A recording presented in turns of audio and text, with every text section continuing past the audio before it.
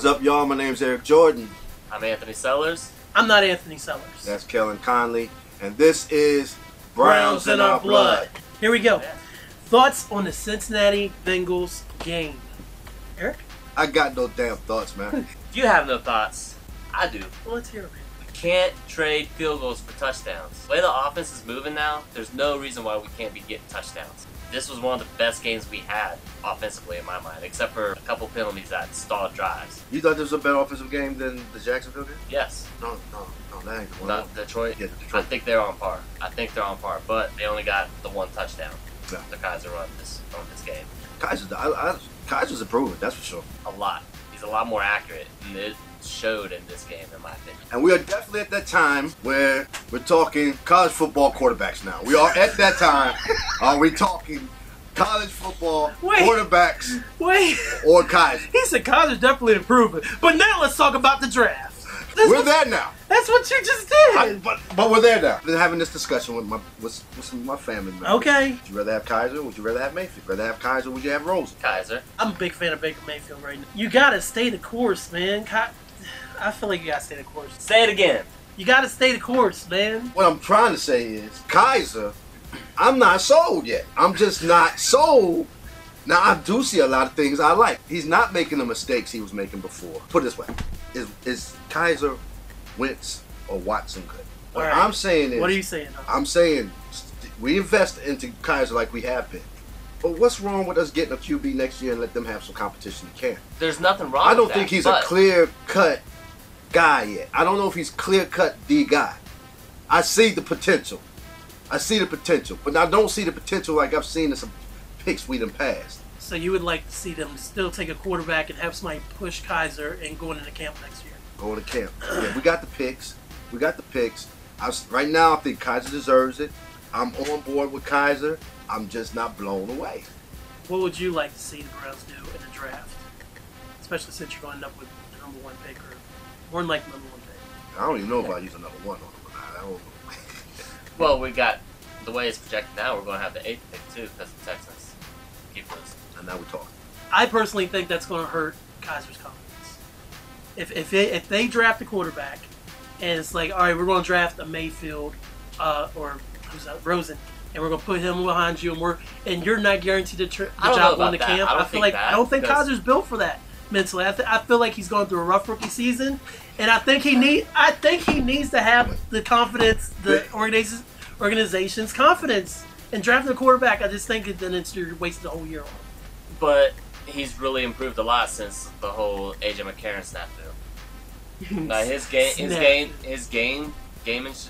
games have been a lot better, except for Jacksonville, because Jacksonville's the best defense in the league by far. They shut every quarterback down and make them all look like fools. So when you put them up against Detroit, that offensive performance was great. Mm-hmm. You know, they had good touchdowns. They were in that game for most of the game. Against Cincinnati, the offensive performance was overall great. There was a couple penalties on Sean Coleman and one on Njoku that held them back from getting touchdowns. So in that aspect, I think you're wrong on that. Because it shows he has, he has the determination and will to say, I'm the starter, this is my spot, and you're going to have to take it from me. And you also...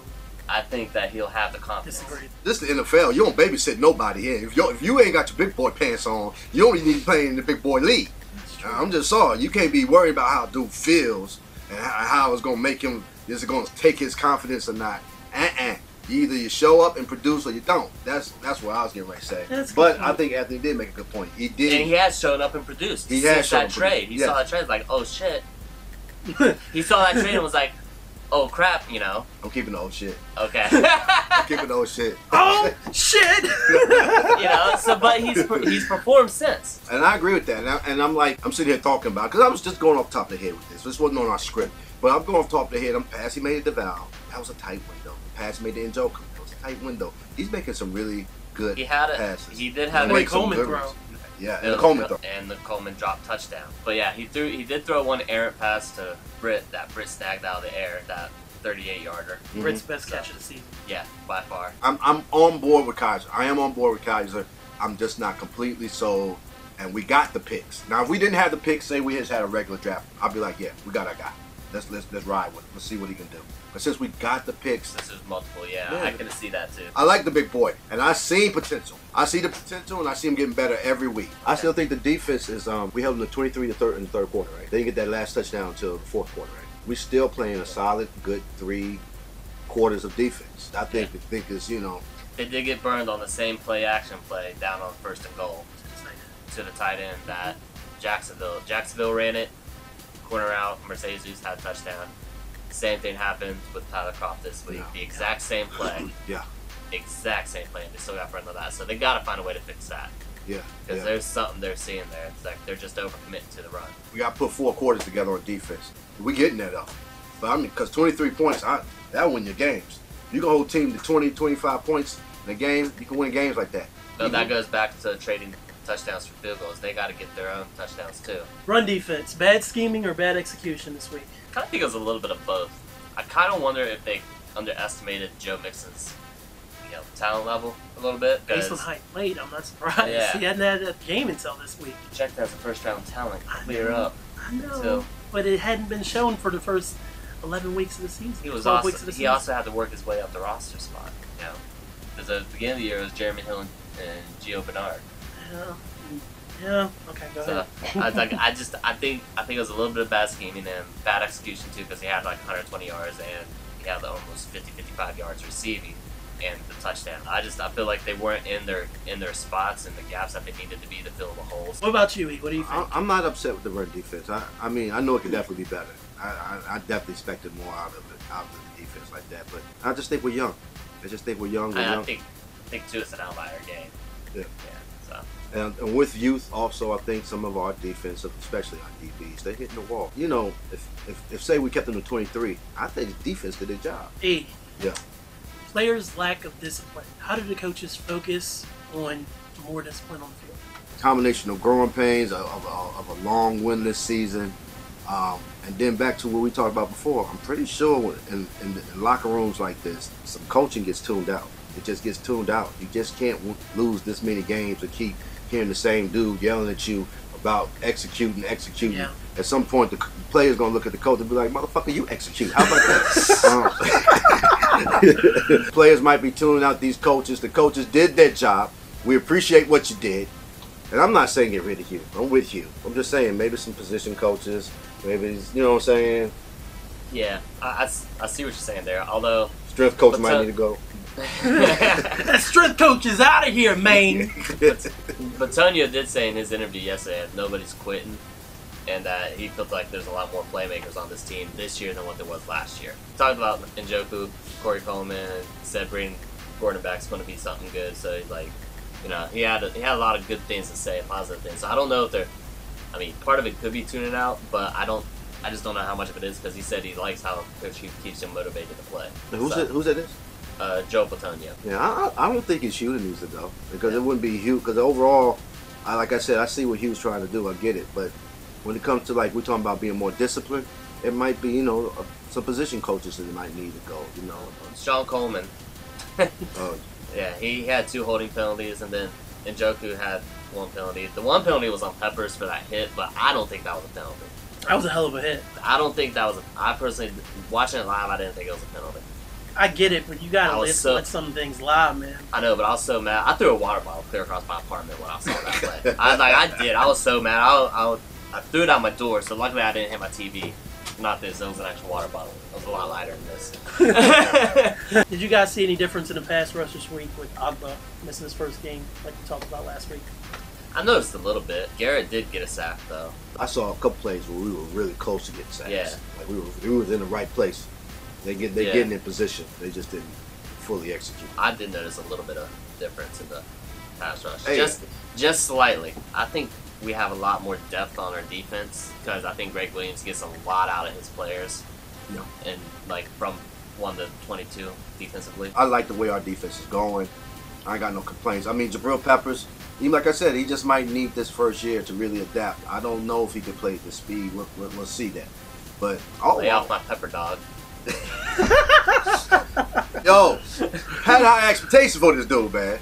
He's got he's always like 1 step behind. But he ain't 3 steps behind. He's like 1 step behind. Yeah. So Like I said, some players need a couple years. Garrett is everything is advertised to me.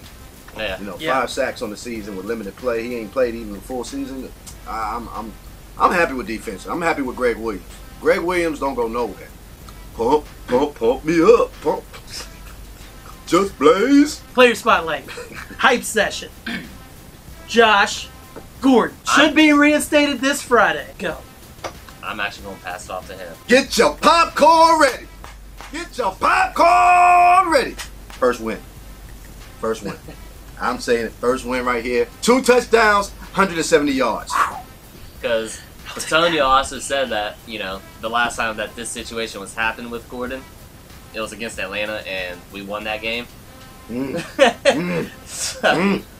Little foreshadowing, but get the popcorn popping, get it ready, get the butter, put your little salt on it, a little pepper. Josh Gordon, baby. Jabril Peppers? I'll take a Jabril Peppers. Because Jabril needs all the help he can get. Daggone it. No, Jabril, Jabril. I don't want to mix it like I'm on. Cause I like you young boys. You young boys, y'all been playing together, Joe? I think he's gonna have a chip on his shoulder. I think Kaiser's gonna feed him like crazy. 2 touchdowns, 170 yards next week. Remember what I said about Coleman in the last episode? I'm staying cautiously optimistic on Gordon. I have to. Josh Gordon! Flash! Oh! He is the ruler of the universe. Keys to beating the Los Angeles Chargers. Anthony. Cut down on penalties. Tane, Melvin Gordon, and Keenan Allen. Play 4 quarters. Yeah, play 4 quarters. Don't give up that play action to the tight end on the goal line. 2 weeks in a row. Only thing I think I see going for us next week to beat the Chargers. Josh! Ah! He is the ruler of the universe. Feed him! Feed him, Seymour! Feed him! That's what it's going to be. Josh Gordon's going to be the difference next week. Just do what we've been doing because I think we're naturally getting there. Like I said, this season is long and hard for us. Yeah. But, pause. With Josh coming in, if the offensive clicks, it might take a couple weeks before Josh, can go. My heart is like, no. He's hungry. He's going to take off, and it's going to be amazing. I don't know why Matthew Days is not getting no run on the offense. This is driving me bananas. Gotta give Britt a little love. As hard as we don't win on Britt, I give Britt a little love. He done made some catches. Because that's Josh. You feel Josh breathing down your neck. And the Grinch's heart grew 2 sizes bigger that day. One thing that does concern me, though, too, is from the offensive perspective, how they contain Melvin Ingram and Joey Bosa together, because they're very formidable as a pass rush. So that's one concern to see, and I think they need to find ways to contain and get little chips in on them, especially on Bosa, because Bosa just terrorizes QBs. More QB runs. That'll open that up. That'll open it up big time. But a little bit more of the option. Yeah. That's what I think. I do like the way the offense ran last week, though, because it ran through Crowell and Johnson, through the running backs in the running and passing game both, and then the passing game was there to complement them too, basically, is what I felt like it was. And you look down the future, that formula, that strategy can win you games when your defense starts playing 4 quarters of defense. When we learn how to play through that 4th quarter like we have the first 3 on defense, that strategy wins you games. Join the Browns in Our Blood Fanduel League. You'll find a link in the description below. And you can join for only $2. And you can play with the likes of MONSTALUNG Eric Jordan, Triple S Anthony Sellers, or myself, Kelen Conley, B-hyphen. Let me tell you the best thing about this league. Best thing about this league is when you winning and you see that $7. When you see that $7 in your winning thing. Yeah. That makes your day. And then you go back and refresh and it's not there no more. That's what happened to me for the Steelers game last week. That's what happened to me this weekend. Yeah. I didn't even have the chance at that because I finished in last this week. Oh my God. Never mind. Standings. I'm still in first place. Woo! Then MZAP and then MONSTALUNG is still in 3rd. How close are we? How close? You're only about 100 away from me, bro. MZAP made a huge jump. Yeah, he did. Yeah. And then this guy's in 4th. And Gary Wolf is 2nd from the bottom. Gary, you ain't gonna win Gridiron, Gary. Your wife's going to beat you this weekend, Gary. Oh, he's gonna get you, Gary. He's gonna get you. Speaking of Gary Boomerang Wolf, he has a podcast with this gentleman, Anthony Sellers. It's called the Fantasy Football Bosses. It's every Thursday. You can find it on the Hyphen Podcast Group social medias or hyphenpodcastgroup.wordpress.com or anywhere podcasts are sold like iTunes or Stitcher or Mixcloud, which he likes, actually. So that works out. No, I don't like Mixcloud. You don't like Mixcloud? Mixcloud always pauses on me. They need to get some better software. I mean, it's servers. Yeah, servers. Okay. Whatever that technical thing is. Yeah. Fix that thing, man. I can never listen to the full thing without being like... You can listen to it on SoundCloud. Anthony posted it on SoundCloud. Then it starts up again. Nice. And then, of course, this show, Browns in Our Blood, is every Wednesday on MONSTALUNG Sound Vision's YouTube channel and also on the MONSTALUNG Facebook page. And you can find that every Wednesday night, Thursday morning on Hyphen Podcast Group as well. I repost the show on the Hyphen Podcast Group Facebook page. One prediction for the Chargers game that's not Josh Gordon related. Kaiser's first 300-yard game. Damn it, I was going to say That's that. what I was going to say! For real? Yes! No, for real. I was seriously going to say Kaiser's throwing for 300 yards. Kaiser's first 300-yard game. Alright, his first 3 touchdown games then. Passing touchdowns. That's his first 3 passing touchdown games. Rivers will throw a pick 6.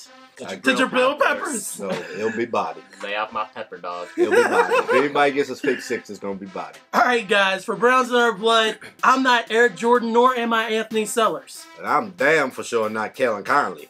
Me neither. But that is Anthony Sellers. And that's Eric Jordan. And this is Browns in Our Blood. Here we go, Brownies. Here we go. Ooh, ooh. Rally flag. Flash. Ah, he is the ruler of the universe. First win this week.